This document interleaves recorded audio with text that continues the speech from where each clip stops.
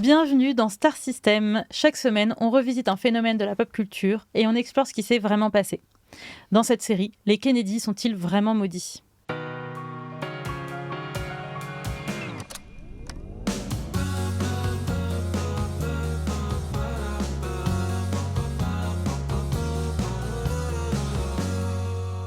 Je suis Samia Miskina et je suis toujours avec Léna Hack. Coucou, je suis toujours là. C'est donc le 3e épisode de cette série sur les Kennedy. Les 2 premiers sont en ligne, donc si vous le souhaitez, n'hésitez pas à les rattraper. Aujourd'hui, Léna, on va parler de 2 frères du président Kennedy, Bobby et Ted.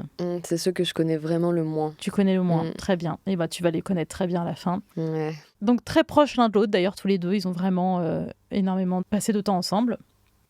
Et leurs vies respectives prennent un tournant inattendu, très différent dans les 2 cas, mais en tout cas qui va perpétuer le mythe de la malédiction des Kennedy. On va commencer par Bobby. En janvier 1957, Bobby rejoint un comité du Sénat sur les affaires liées au travail. Il a pour mission notamment de un peu mettre au jour des malversations, des choses un peu pas nettes qui se passent dans les entreprises, et notamment, pourquoi pas, les syndicats. Ok. Et il va porter son regard sur James Riddle, Jimmy Hoffa. Ils ont toujours des noms à rallonge. Toujours des noms à rallonge, tous ces gens. Alors, en tout cas, c'est le président d'un syndicat qui compte plus de 1 million de membres, donc quelqu'un d'assez puissant. Mais pourtant, ils sont sous une présidence démocrate. Oui, ça n'aura jamais empêché quelqu'un de... Je sais, mais ça me fait quand même doucement... Non, mais je suis d'accord. Après, il n'est pas impossible aussi qu'un mec président d'un syndicat soit pas forcément une très bonne personne, et je pense que c'était un sacré filou. Bien mais sûr. Ces sphères de pouvoir, oui, c'est sûr. Pendant 3 ans, il va tenter de prouver les malversations financières de Hoffa. Leur querelle se poursuit jusqu'à l'élection de Jack à la présidence. Et donc, je l'ai dit, dans le 2e épisode, je l'ai dit, il place Bobby à la tête du département de la justice, donc il devient procureur général. Bobby finit par vaincre Hoffa, qui est condamné, mais qui est devenu un visage sympathique pour le public. Voilà, c'est un peu un martyr, mais c'est dingue. Donc ça, c'est pour le petit contexte, en tout cas, de Bobby et sa petite vie politique. À la mort de son frère Jack, Bobby est dévasté, évidemment. Est-ce qu'on peut quand même préciser que dans l'épisode numéro 2, on a quand même évoqué l'hypothèse selon laquelle Bobby a peut-être assassiné Marilyn Monroe. On l'a dit dans le 2e épisode, qu'il y a évidemment énormément de soupçons qui pèsent sur la mort de Marilyn Monroe. La thèse qui a été privilégiée, c'est celle du suicide. Mais il se trouve qu'elle avait une liaison avec Bobby et Jack. En tout cas, c'est assez clair aujourd'hui. Et il est possible qu'elle ait voulu parler, qu'ils aient voulu l'en empêcher, et donc qu'elle soit morte aux mains de Bobby et ou Jack, ou en tout cas peut-être pas aux mains d'eux, mais quelqu'un qui a donné un coup de main. C'est un gros soupçon qui pèse sur lui. Il devient donc l'ombre de lui-même, au point d'inquiéter son entourage à la mort de Jack. Il porte les vêtements de son frère d'ailleurs. Ouais. Il porte tout le temps les vêtements de son frère, donc son bomber avec le sceau présidentiel, son manteau, voilà. Il n'a plus le courage de tenir son poste de procureur général et il va passer pas mal de temps dans la maison des Kennedy, qui est vraiment la maison historique, c'est-à-dire que c'est 3 maisons magnifiques, immenses évidemment, en Virginie. Donc il passe pas mal de temps là jusqu'à la fin de l'année 1963. En janvier 1964, il reprend du poil de la bête. Un voyage au Japon et en Indonésie le remet d'aplomb. Et il se trouve que quand il était sénateur, Jack Kennedy, donc Jack président, quand il était sénateur, il a dit à un journaliste « Je suis entré en politique parce que Joe est mort. D'accord. Si quelque chose m'arrivait demain, mon frère Bobby pourrait reprendre mon siège au Sénat. Non, mais c'est du népotisme à un niveau. Et si Bobby meurt, Ted prendra sa place. » C'est l'enfer, c'est les poupées russes, tu sais. Mais pour moi, c'est vraiment ça. Un autre à l'intérieur. Mais c'est-à-dire, pour moi, c'est un dû. C'est pour ça que la fonction politique n'est pas genre quelque chose qu'il faut chérir parce que c'est incroyable qu'on ait cette chance-là, c'est un dû. Ouais. Bobby finit par démissionner de son poste de procureur général. Il devient sénateur aux côtés de son frère Ted, dont il est très proche. Cet été-là, d'ailleurs, Ted, on va y revenir plus tard à Ted, mais il a un accident d'avion. 2 passagers meurent. Oh là là. Lui survit. Il s'en sort avec une perforation du poumon, une vertèbre cassée. Et puis, c'est au tour du beau-frère de Bobby de mourir dans un accident d'avion. Oh là là, mais les avions, les Kennedy, juste ne montez plus dans les avions. Ne montez plus dans les avions. Faut dire aussi Prenez que le train. Exactement. Il faut dire aussi, et là je suis désolée, je vais tempérer un peu cette histoire de malédiction. Il passe énormément de temps dans les avions, premièrement évidemment, et beaucoup de temps dans des petits avions. Tu vois ce que je veux dire ? Oui, bien sûr. la plupart du temps, les avions qui s'écrasent sont les petits avions. C'est vrai qu'en fait, ils prennent l'avion comme nous, on prend le métro. Exactement. Faut se le dire. Donc évidemment, ça multiplie les risques de crash. Et surtout, souvent, ce que j'ai cru comprendre aussi, c'est qu'ils les pilotent pas mal. Et en fait, ça s'improvise pas trop, quoi. Tout à fait. Ça favorise aussi, je pense, les accidents. Tout à fait. On y reviendra. On va y revenir. Voilà. Teaser pour la suite. Donc Bobby est encore une fois très atteint. Et là, vraiment, il a perdu son frère. Il a failli perdre Ted. Et il a perdu son beau-frère. Et il dit à un ami, il vaut mieux que tu prétendes ne pas me connaître. Je porte malheur à tous ceux qui sont connectés à moi. C'est un peu auto-centré comme vision des choses. Oui, c'est lui qui porte la malédiction. Ouais, c'est lui, quoi. C'est lui. Ouais. La mort de son frère, donc la mort de Jack en particulier, l'a transformé. Avant ça, il était dur, arrogant. Et là, il se politise plus à gauche. Notamment quand une avocate noire et activiste l'invite à visiter les quartiers pauvres du Mississippi. Et là, il est tellement retourné. Il dit, mais on se croirait dans le tiers-monde, quoi. Et donc, il décide de se consacrer à des politiques plus sociales à partir de ce moment-là. D'ailleurs, Martin Luther King, il se méfie encore de lui parce que c'était quelqu'un d'un peu plus conservateur avant, mais il a l'impression de voir un vrai changement chez lui. Il faut savoir aussi, d'ailleurs, et je ne l'ai pas dit, mais Bobby a mené des politiques très à droite aux côtés de son acolyte McCarthy. Donc voilà, donc pour dire quand même que Martin Luther King avait de bonnes raisons de se méfier de lui. Mais Martin Luther King dit que quelque part, au fond de cet homme, siège le bien.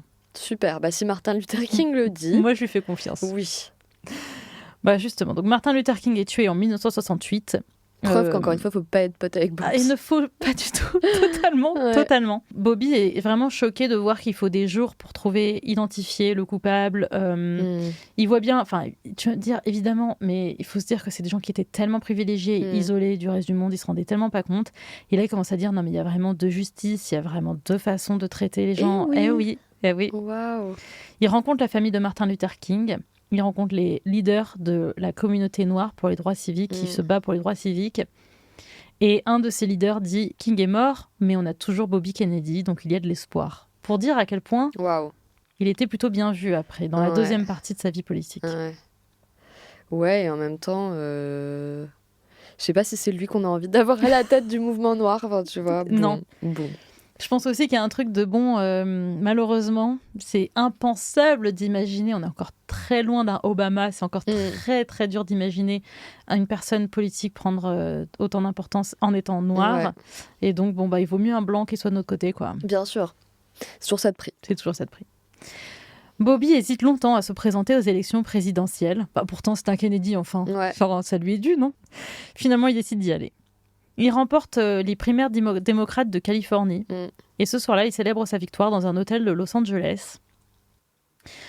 À un moment, il s'éclipse pour appeler un ami et il lui dit « Tu sais, j'ai l'impression pour la première fois que je me suis débarrassé du fantôme de mon frère. J'ai l'impression de m'être trouvé. » Oui, il a fait une grosse dep, quoi. Exactement. Qui se comprend, perdre un frère, c'est terrible. Il descend à la salle de bal, puisque donc il se trouve dans cet hôtel de Los Angeles, pour célébrer la victoire de cette primaire démocrate en Californie. Il passe par les cuisines, les employés crient « Viva Kennedy !» Viva Kennedy. Je le sens pas. Tu sens que quand on commence à rentrer dans le détail des détails du moment, tu te dis c'est une mauvaise augure. Il émerge devant l'hôtel. Une foule est là pour fêter sa victoire. Et il déclare « Nous sommes un grand pays, un pays généreux, un pays plein de compassion. » Oui. Le mec, encore une fois, a découvert le concept d'empathie dans le deuil. Exactement. Et puis, il rentre à l'intérieur de l'hôtel pour une conférence de presse. La salle est pleine à craquer.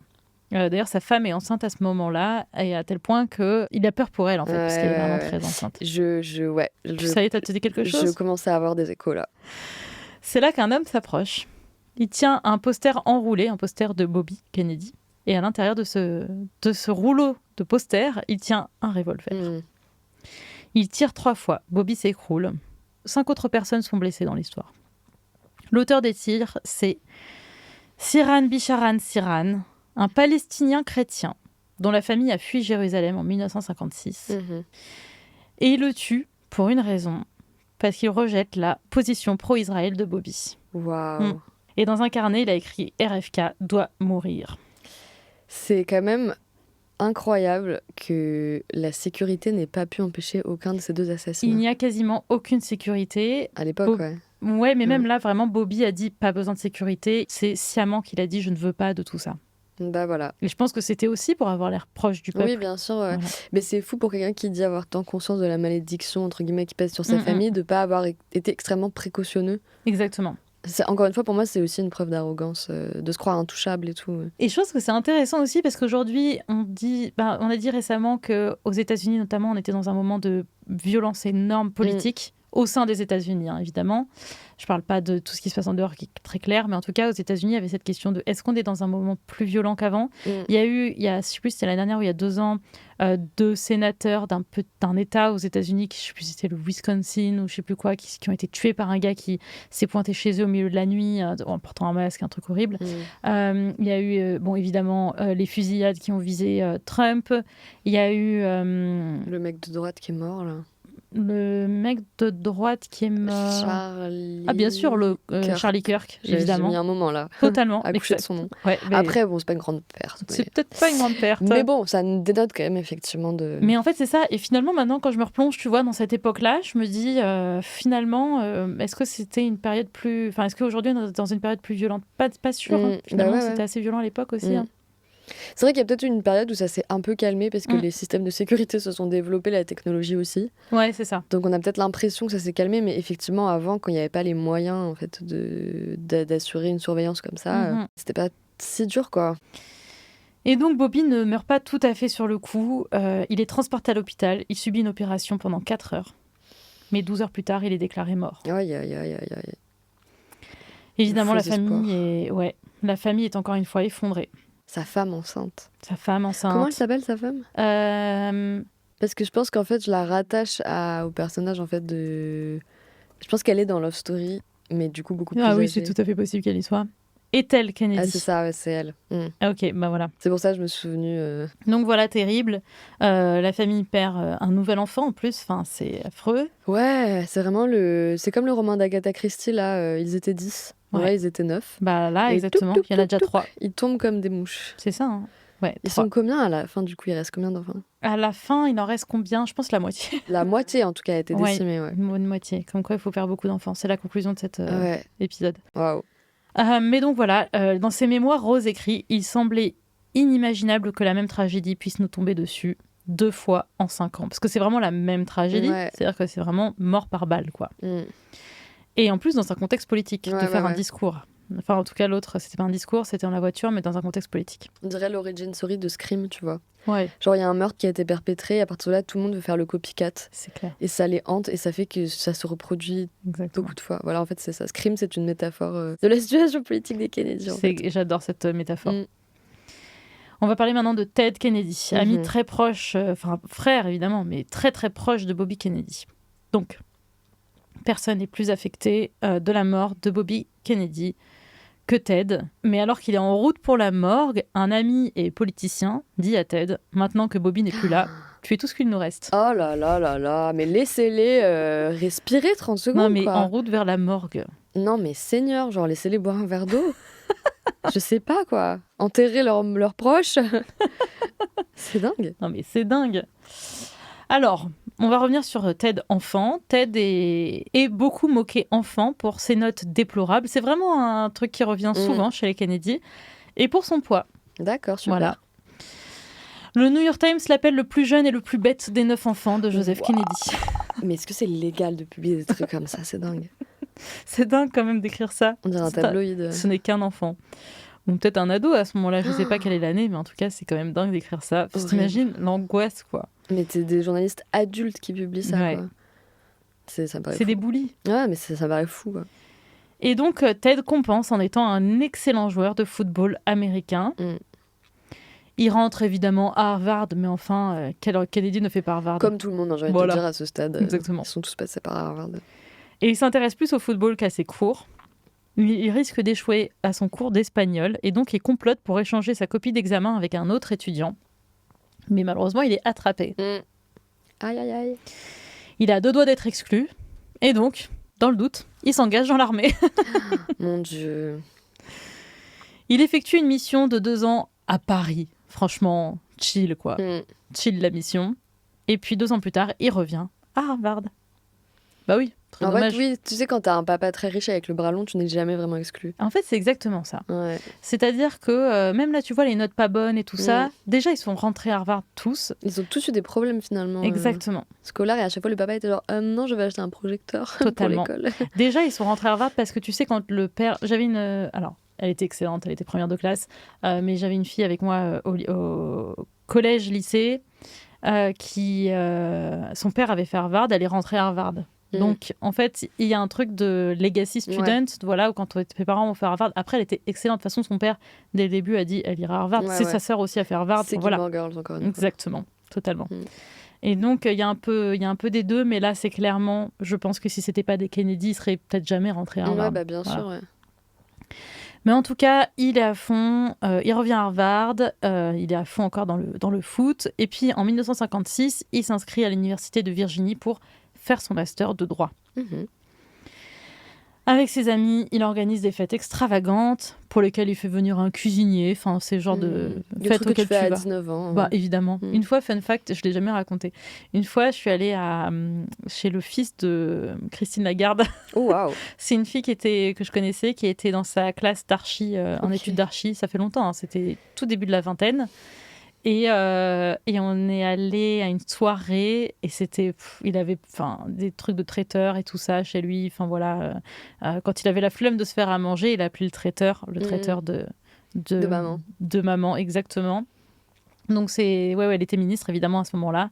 Et donc pendant qu'il est étudiant en Virginie, il reçoit régulièrement des contraventions pour excès de vitesse. D'accord. En fait, au début, je l'aimais bien, j'avais de l'empathie pour lui, parce qu'il était bully, et là, il commence à... Je pense que ce n'est pas la fin de ta déception. Je connais de nom, mais je ne sais pas ce qui lui arrive dans la vie. Ok. Une nuit, il est même arrêté pour avoir fait la course avec une autre voiture, avec un autre conducteur. Pendant ses études de droit, il passe son permis de pilote. D'avion ? D'avion. Encore une fois. Ah oui, donc c'est lui qui s'est fait perforer un poumon, on a dit tout à l'heure. Exactement. Ouais, voilà. D'ailleurs, ses voyages dans les airs sont aussi chaotiques que sa conduite au sol. Ce qui est encore moins rassurant, je pense. Mais oui, mais c'est terrifiant. Enfin, les gens... Enfin, je sais pas. C'est super dangereux de conduire un avion, mais justement, quand tu tentes le destin comme ça aussi, et déjà tu t'en fous des gens autour de toi, parce que par ailleurs tu peux tuer des gens, t'es tellement sûr de toi et sûr de ton destin... t'as l'impression que t'es protégé un peu. Oui, tu ne peux pas mourir. Tu es le favori de Dieu. Mais ça, c'est les gens riches. Hein. Exactement. Ils pensent qu'ils sont protégés de Dieu. En 1958, il devient le manager de la campagne sénatoriale de son frère, Jack. Il ambitionne de se lancer lui-même en politique. Il rencontre John Bennett via sa sœur, qui a 21 ans, qui a été mannequin pour Revlon et Coca-Cola. Écoute. Sa mère, la mère de Ted, donc Rose, insiste pour qu'il se marie parce que seuls les hommes mariés réussissent en politique. On se rappelle que c'est le conseil aussi que Joe Senior avait donné à Jack. Un jour, Ted bredouille donc à Joan « Qu'est-ce que tu penses de l'idée de se marier ?» Joan accepte, même si elle admet qu'à ce moment-là, elle le connaît vraiment à peine, quoi. Ils viennent quasiment de se rencontrer. Et c'est même Joe, donc le père de Ted, qui achète la bague de fiançailles. Ouais. Et donc, Ted lui donne à l'occasion de leur fête de fiançailles où il arrive avec 2 heures de retard. Ça donne pas très envie, quoi. Plutôt mal parti. Ça fait pas rêver. Ils se marient. Le mariage est filmé, déjà, à l'époque.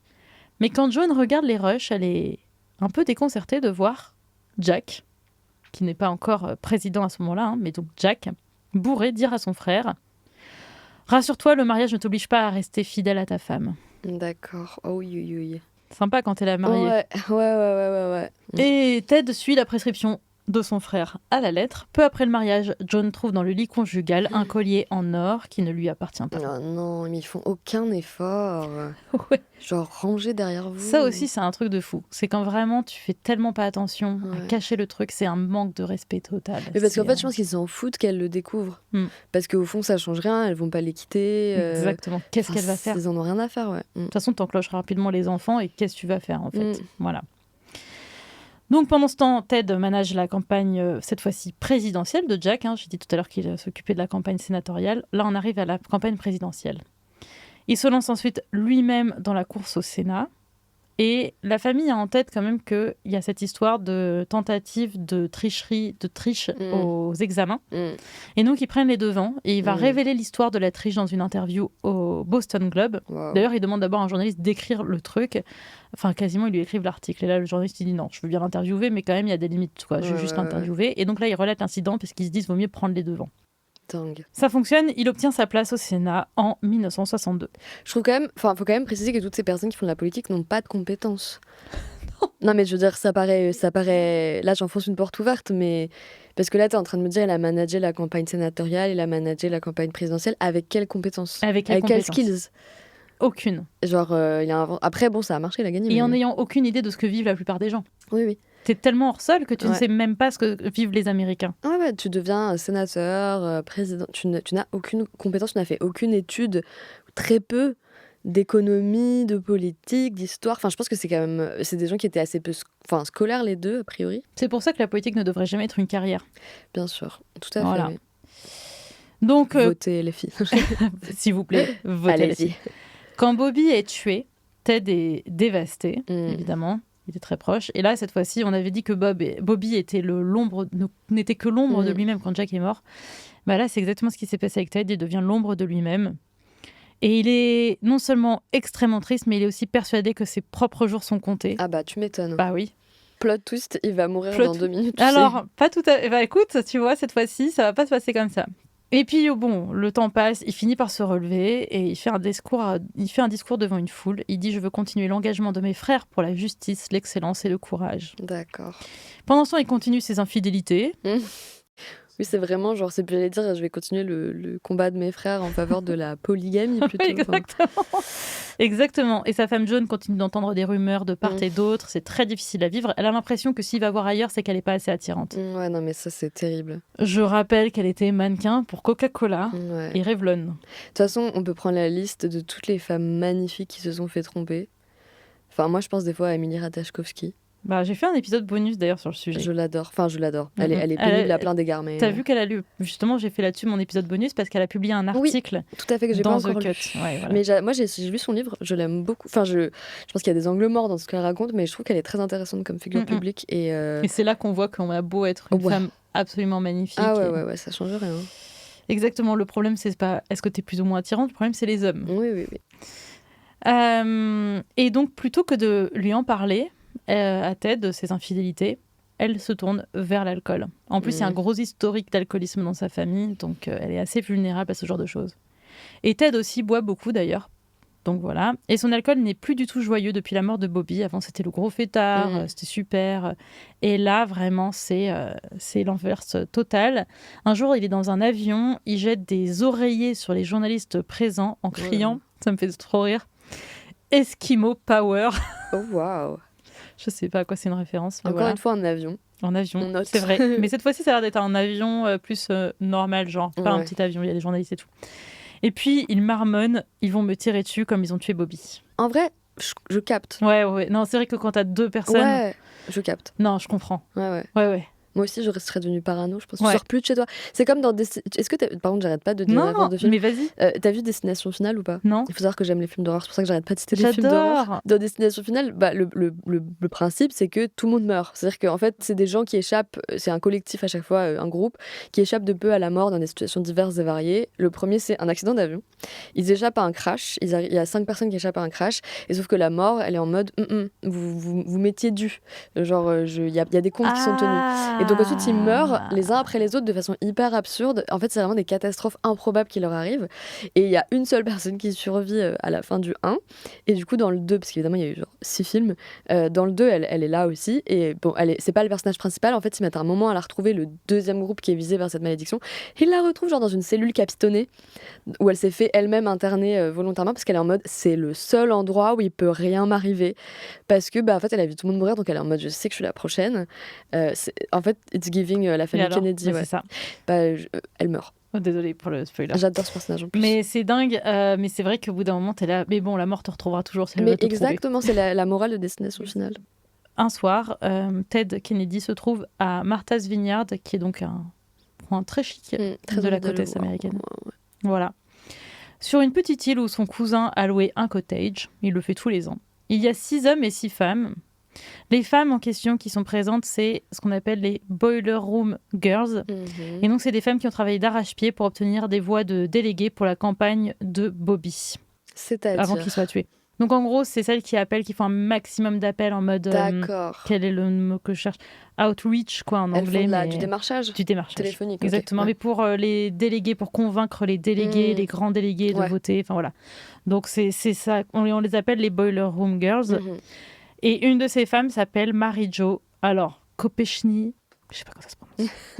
C'est une femme, c'est une personne très sérieuse qui ne boit jamais plus d'un verre, qui part toujours la première des fêtes. Et ce soir-là, elle rentre pas seule, mais elle rentre avec Ted. C'est Ted qui conduit avec Mary sur le siège passager. Quand soudain, la voiture saute du pont et plonge dans un lac. Comme ça. Alors, on n'aura jamais exactement ce qui s'est passé. Mais en tout cas, accident, clairement. C'est-à-dire que dérapage, quoi. C'est assez évident que c'est un accident. Ouais. C'est assez évident aussi que Ted a probablement bu. Ouais. Voilà. Ted finit par émerger de l'eau. Et il dit plus tard qu'il a essayé de sortir Mary de la voiture, mais que c'était impossible. Ce qui se passe ensuite, c'est un peu confus, mais donc, a priori, il retourne au cottage à pied, puisqu'évidemment la voiture est dans l'eau. Il annonce la nouvelle, et ses amis lui conseillent de ne rien faire. Ou en tout cas, ne lui conseille pas d'appeler la police tout de suite. Il n'est pas allé à l'hôpital ? Non. Le meilleur ami de Ted déclare plus tard sur toute cette histoire, c'est ça la tragédie. Toutes les personnes présentes ce soir-là dépendaient de lui d'une façon ou d'une autre. C'est tellement triste qu'il n'ait eu personne à cette soirée pour lui dire d'appeler la police immédiatement. Alors, what do you mean ? What do you mean ? Parce que, ok, les amis n'ont pas dit ça, n'ont pas dit faut appeler la police, mais Ted, c'était un homme qui à ce moment-là avait genre 38 ans. Il n'était pas capable de lui-même se dire il y a une femme dans l'eau. Elle est morte. En tout cas, on ne sait même pas à ce moment-là si elle est morte ou pas. Enfin, ça va vite. En fait, ce qui s'est passé plus tard, c'est que il se trouve qu'elle était positionnée de telle façon qu'elle avait une sorte de poche d'air et qu'a priori, elle serait restée vivante pendant 1 heure. C'est horrible. Mais ce ne sont que des suppositions. C'est horrible. Il retourne au lac où il essaie à nouveau de secourir Mary. D'accord. Et il a raté le dernier ferry, donc il nage 150 mètres jusqu'à un hôtel où il passe plusieurs appels, mais toujours pas à la police. Mais qu'est-ce que c'est que cette soirée ? Et il dit plus tard à son meilleur ami « Je ne me sens pas coupable. Évidemment, je peux être considéré fautif pour mon manque de jugement, mais ce n'était pas délibéré, c'était un accident. » En fait, qu'il soit tombé du pont, oui, mais qu'il est juste abandonné... Enfin bref. Exactement. Voilà, oui. Exactement. Il reçoit une peine de 2 mois de sursis. D'ailleurs, même la famille le défend en disant « Bon, on a compris, enfin, il n'a pas fait exprès. » En vrai, je pense que... oui, il n'a pas fait exprès. Il n'a pas fait exprès, clairement. Il était clairement atteint, ça c'est sûr. Mais il n'a pas fait ce qu'il fallait pour juste essayer de la sauver, quoi. Donc elle est décédée, finalement. Elle est décédée, oui. C'est horrible. Oui. Et le juge déclare « Je comprends que Ted a déjà été et continue d'être puni bien au-delà de ce que ce tribunal peut lui infliger. » Une clémence qu'on ne verra peut-être pas dans d'autres situations, mais en tout cas, pour les Kennedy, ça fonctionne. Oui, c'est fou ce truc de toute façon, c'est ta conscience qui te punira, donc tu ne vas pas aller en prison. Exactement. Ça marche vraiment quand ils veulent, encore une fois. Quand ils veulent. Ouais. Il tentera même de devenir président des années plus tard, mais la campagne est catastrophique. Quand un journaliste lui demande pourquoi il veut être président des États-Unis, il sèche complètement. Et un journaliste du Boston Globe estime qu'en fait, il s'est jamais posé la question parce que pour lui, c'était juste évident. C'était le dernier fils. Attends. Il mènera quand même 9 mandats au Sénat, ce qui fait de lui le 3e sénateur en termes de longévité. Dis donc. Et ce qui est fou, c'est que la façon dont l'accident a été... toute la narration autour de cet accident à Martha's Vineyard, c'est vraiment... Ça rajoute de l'eau au moulin de la malédiction des Kennedy. Le pauvre Ted Kennedy, il aurait peut-être un jour pu être président. Il aurait pu être un jour... Oui. D'accord. Et en fait, c'est fou. Il y a quand même une femme qui est morte dans cette histoire et c'est elle qui est peut-être qui a le plus souffert de toute cette histoire, non ? Enfin, je sais pas. Et non, on va souvent le présenter comme le pauvre Ted qui dont la carrière a été sabotée, en Exactement. fait. D'accord. Par un malencontreux. Et d'ailleurs, il n'aura pas été testé pour son alcoolémie, évidemment. Même bien plus tard, le lendemain, quand il appelle la police et tout. Enfin, il s'est passé déjà beaucoup de temps de toute manière. Mais en tout cas voilà. Et il n'a pas du tout fait ce qu'il fallait pour essayer de la sauver.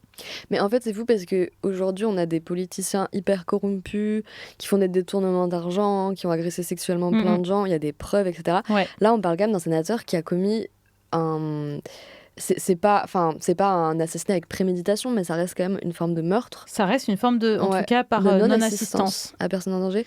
Exactement. Donc, et il a quand même été au Sénat, quoi. Il est mort très récemment, il est mort en 2009. Ah oui, dites-moi. Enfin, très récemment, maintenant, on est quand même en 2026. Ils sont tous en enfer en train de danser, tu sais. C'est clair. Voilà, c'est donc la fin de ce 3e épisode sur la malédiction des Kennedy. Et on pourrait croire que ça va aller de mieux en mieux, mais c'est faux. Eh non, effectivement. Mais merci en tout cas, Léna. Et merci à vous d'avoir regardé cet épisode jusqu'au bout. Mettez des commentaires, mettez des étoiles sur Apple Podcasts et Spotify. Abonnez-vous sur YouTube. Et évidemment, on se retrouve la semaine prochaine pour le 4e et dernier épisode de la série sur les Kennedy.